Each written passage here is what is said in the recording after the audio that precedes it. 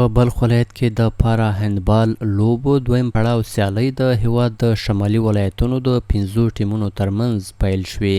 د دغه ولایت د بدني روزنې او سپورت مسؤلین وایي چې د دا ډول سیالیو پیل په هیواد کې د معلولیت لرونکو وګړو د ظرفیت لوړونې لپاره یو ښه فرصت دی او دوی هڅه کوي څو له دغو لوبډلو سره په بیلابیلو برخو کې مرستې او همکاري وکړي.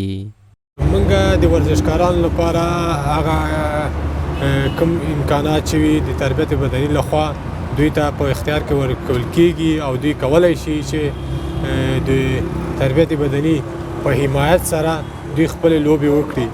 هزار ولایت‌ها اینجا مختلف بازیکن‌ها در اینجا هستند، در هر کلاب بازیکن‌ها و خصوصا از تیم جوزجان، از تیم سمنگان، بلخ، میمنه، قندوز بازیکن‌ها در هر تیم‌های کلاب هستند. هدف برنامه به خاطر از این است که همیشه اینا رشد ظرف سازی برای معلولین شود که اینا رو بیافته به تشویق شوند و بر معلولین و ورزش رو بیایند.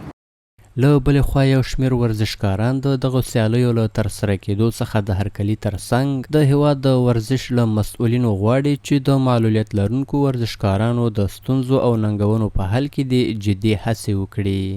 بسیار خوب شده از این مسابقه که برای انداختن با همکاری از ریاست تربیت بدنی و ورزش افغانستان که انگیزه بچه‌هاش کسایی که ورزش میکنن انگیزهشان دیگه میشه دیگه در اجتماع میباشن. از امارات خواهش داریم که ما را کمک کنه که ما بغیر اینجا در دولت‌های خارج هم بخیر دست پیدا کنیم.